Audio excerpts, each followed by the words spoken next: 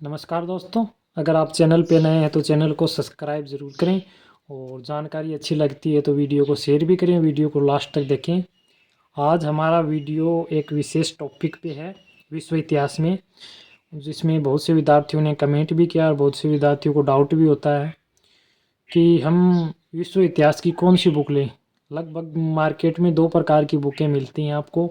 एक तो आधुनिक विश्व इतिहास की, एक विश्व इतिहास की या प्राचीन विश्व इतिहास की।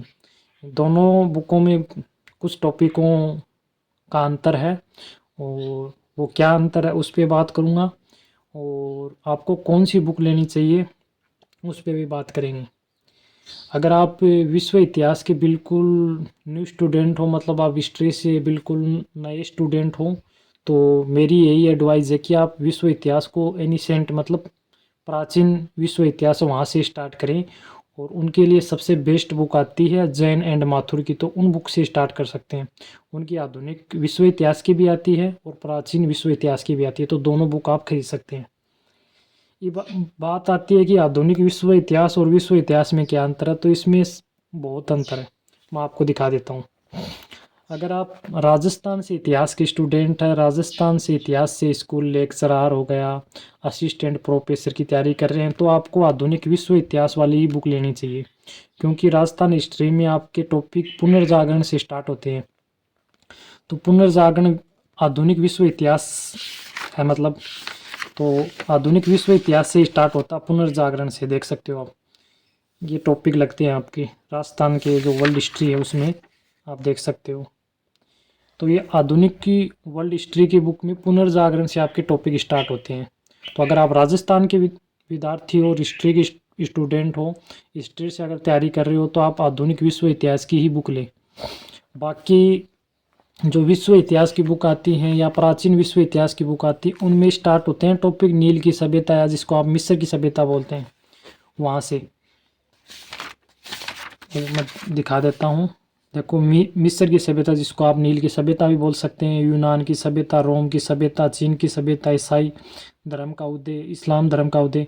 ये 6 टॉपिक आपको राजस्थान जो हिस्ट्री का सिलेबस है, स्कूल लेक्चरार का हो चाहे वर्ल्ड हिस्ट्री का, और असिस्टेंट प्रोफेसर का हो चाहे वर्ल्ड हिस्ट्री का, उसमें ये 6 टॉपिक आपको नहीं मिलेंगे।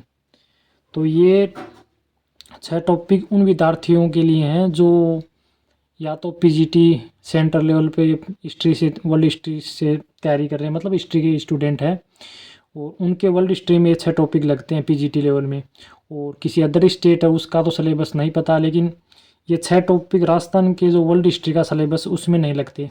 तो राजस्थान में जितने भी लगभग टीचर हैं हिस्ट्री के, जो वर्ल्ड हिस्ट्री की बुक निकालते हैं, वो आधुनिक यूरोप के इतिहास से निकालते हैं। क्योंकि जो एनिसेंट यूरोप की हिस्ट्री है, वर्ल्ड हिस्ट्री है, उससे 6 टॉपिक हटा दिए गए हैं सिलेबस से। तो अभी इसका कोई औचित्य नहीं, इसलिए ये आधुनिक विश्व इतिहास की बुक ही निकालते हैं।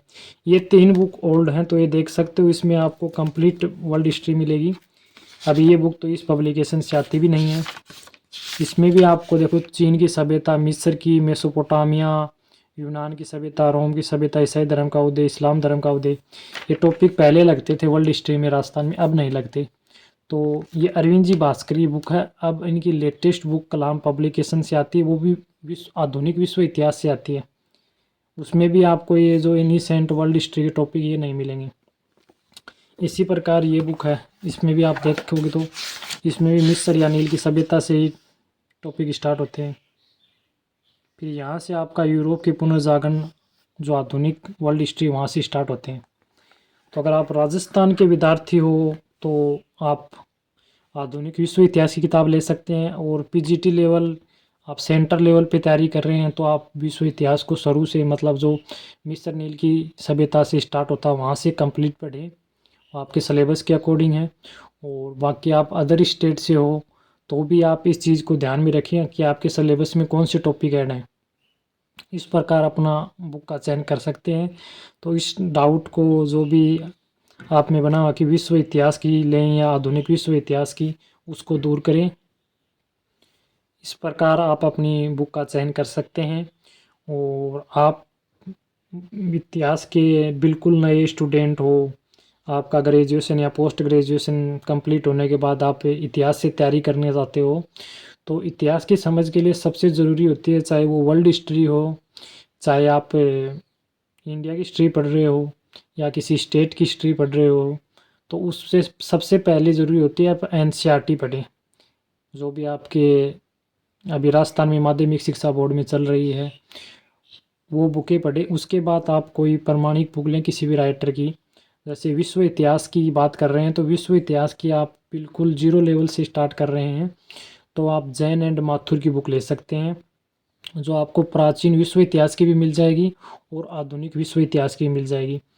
भले ही आप राजस्थान के स्टूडेंट हो और आपका वर्ल्ड हिस्ट्री आधुनिक विश्व इतिहास से स्टार्ट होता है, तो इस बुक को पढ़ने की बजाय पहले आप कंप्लीट विश्व इतिहास पढ़ें।